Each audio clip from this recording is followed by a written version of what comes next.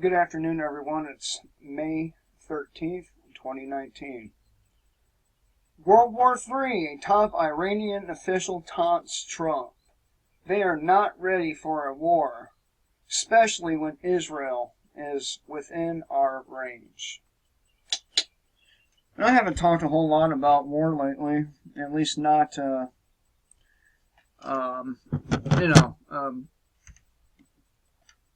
outside of our civil war that's eventually going to happen. But one of my subs, Jeffrey Looker, or I think that's right.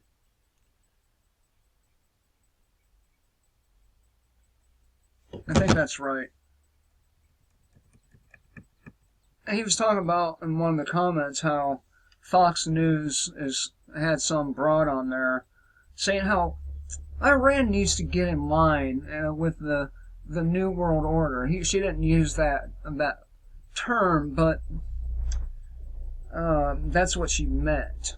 So, listen, it's not up to any other country on this planet to obey another country. They are a completely different country from ours, and they have no reason to obey our country. And this is what it's all about, is their failure to obey both the United States and Israel. And he's got a point. I mean, after all, they are within striking range of Iran, and that Iron Dome is not going to catch every missile. So the Iranians are openly threatening to start firing missiles at Israel if Trump decides to attack Iran. And this threat should not be taken lightly because Iran has a highly sophisticated ballistic missile arsenal, and Hezbollah has approximately 150,000 missiles pointed directly at Israel right now.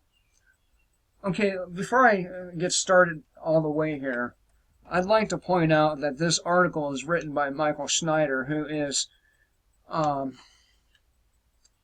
unfortunately, he roots for the Zionist side.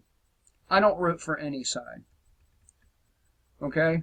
Just want to get that out of the way.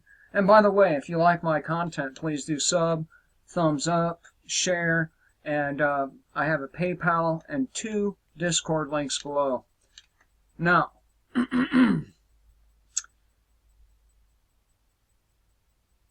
if the order is given, the Iranians and their proxy Hezbollah could rain a horrendous or an enormous amount of death and destruction down upon Israel, and of course Israel would hit them back even harder.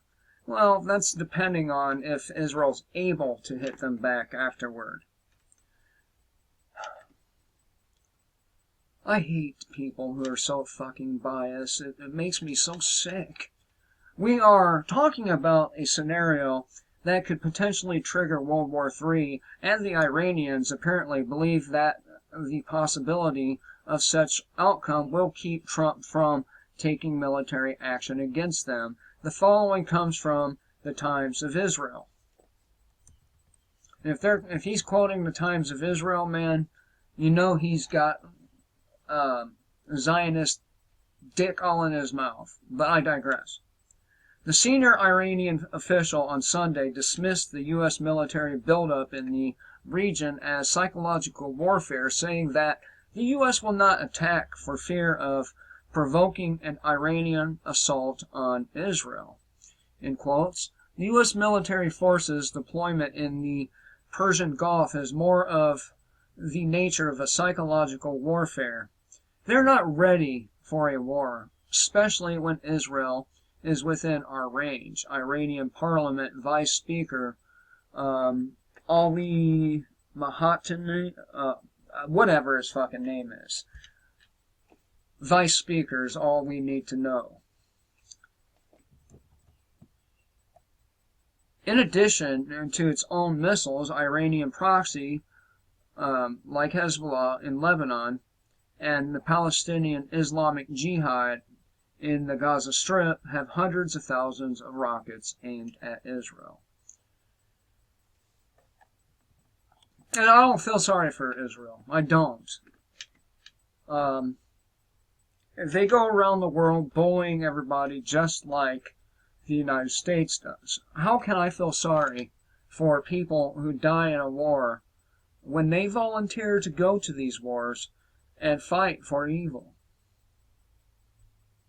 And the same goes for Iran. Iran is just as evil, but they're not the ones going around the world dictating what everyone else may or may not do. So there's that. And he goes on to say that perhaps the Iranians are correct and the U.S. has no intention of starting a war. But we have already seen that Trump... God damn it. I hate douchebags with cars like that. I mean, couldn't you at least have it real hot rod? You know, not one of these little fag Civics or something. Total retards, I swear. But I digress. Okay. I'll start over on that one. You know, a lot of people would cut that out of their video because, I don't know, maybe they'd be embarrassed by it or whatever, for whatever reason, but I'm not going to cut it out because, you know, it shows my humanity. Anyway, perhaps the Iranians are correct and the U.S. has no intention of starting a war, but we have already seen that the Trump administration has not been afraid to engage in a campaign of maximum pressure that has pushed us to the brink of military conflict. In recent days, the Trump administration has decided that they will not allow Iran to sell oil to anybody at all. See what I mean? See what I mean?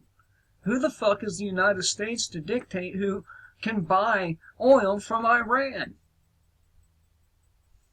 And their domestic policy and their foreign policy are exactly the same. Force. That's it. There is no longer... I was talking to a guy at the laundromat, a black guy.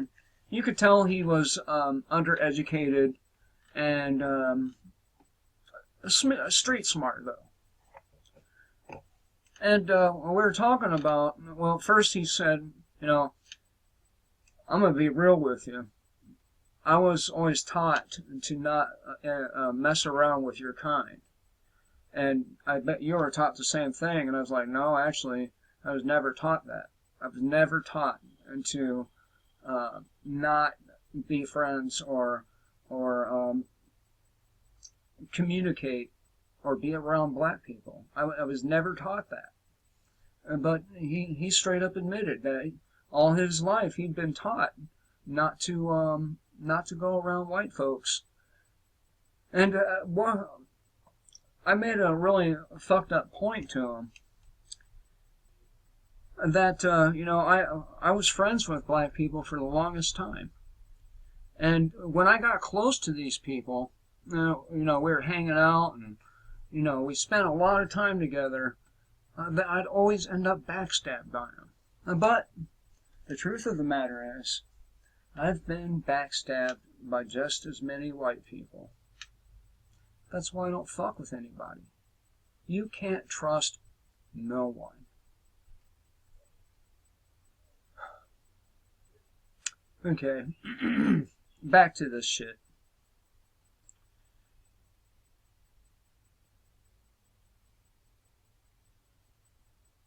Yeah, okay. So they've made it so no one can buy any oil at all. And the crushing sanctions that were imposed on Iran last year have been absolutely devastating to the Iranian country or economy. The sweeping unilateral sanctions that Washington reimposed when it quit the agreement a year ago have dealt a severe blow to the Iranian economy pushing the value of its currency to record lows, driving away foreign investors and triggering protests. And for good reason. The plunging value of its rial, I think that's how you say it, RIAL, has affected the prices of imported staples as well as locally produced goods. According to the Statistical Center of Iran, the cost of red meat and poultry has increased by 57% over the past 12 months, milk, cheese, and eggs by 37%, and vegetables by 47%. And look, the same fucking thing is about to happen to us. The trade war is going to do that to us. The Iranian government, deeply frustrated, and they appear to be convinced that an alliance headed up by the United States, Israel, and Saudi Arabia would love to see regime change in Iran. Of course, this is true. We heard General Wesley Clark say it. Right or wrong?